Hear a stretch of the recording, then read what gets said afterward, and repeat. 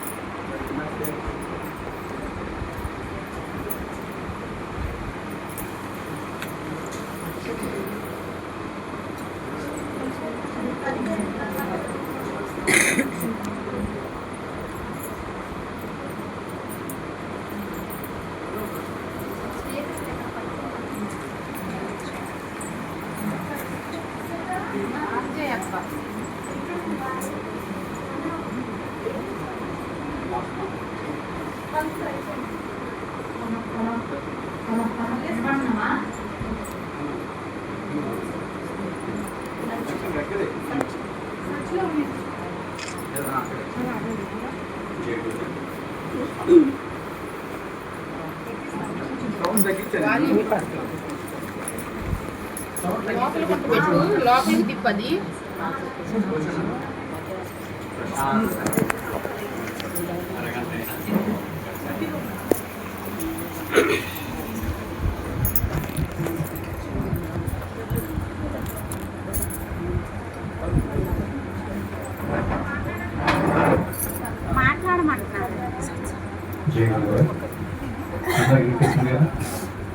సరిపోతుందమ్మా కూర్చోండి అందరూ కూర్చోండి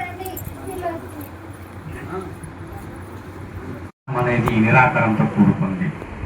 నిరాకారం అంటే యమ నియమ ఆసన ప్రాణాయామ ప్రత్యాహార ధారణ ధ్యాన సమాధి.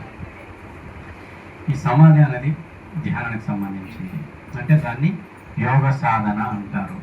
యోగ సాధన చేయాలంటే యోగ సాధకులు ఎలా ఉంటారు? వాళ్ళు విగ్రహారాధన చేయకపోయినా ఎక్కువ కొండల్లో ఉండి ధ్యానం చేస్తారు. ధ్యానం ఎలా చేస్తారు? ఊరికి కళ్ళు మూసుకోరు. యమ నియమ, తర్వాత ఆసన, ప్రాణాయామ, ప్రత్యాహారణ, ధ్యాన, సమాధి. దీన్ని అష్టాంగ యోగా అంటారు. ఈ అష్టాంగ యోగాలో వెళ్ళడం ఒక విధానం. రెండవది భక్తి మార్గం. భక్తి మార్గంలో వెళ్ళడం అంటే ఒక విధానం. ధ్యాన మార్గాన్ని కన్నా భక్తి మార్గం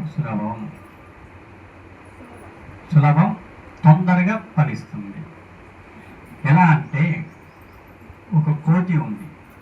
కోతి పిల్లలు కోతిని పట్టుకుంటాయి. ఇక్కడ నుండి అక్కడికి జంప్ అయితే పిల్ల జారి పడితే తల్లికి సంబంధం లేదు. పిల్లి ఉంది. పిల్లి తన పిల్లల్ని కన్నతో పట్టుకుంటుంది.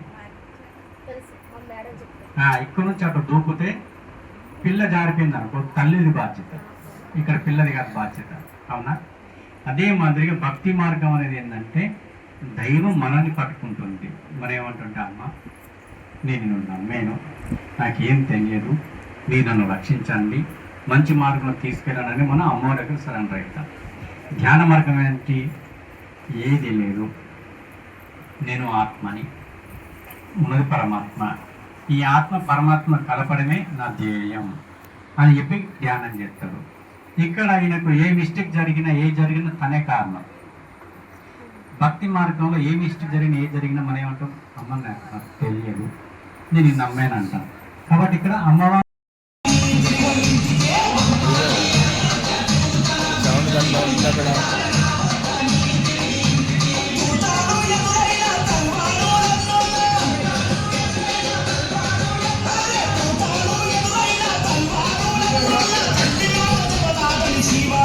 సంఖ్య వచ్చినా కదా ఇస్తే సంఖ్య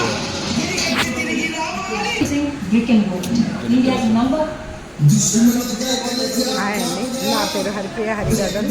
ఆ భగవంతుని దయతోని నా భగవంతుని స్వరూపుడైన నా కొడుకు కోడలు ఈరోజు కనిపించడం జరిగింది. ఆ వీడియో మీ అందరికి పెడతాను, దాన్ని అందరికి షేర్ చేయండి, లైక్ చేయండి. హరిగదన్. Bye bye bye bye.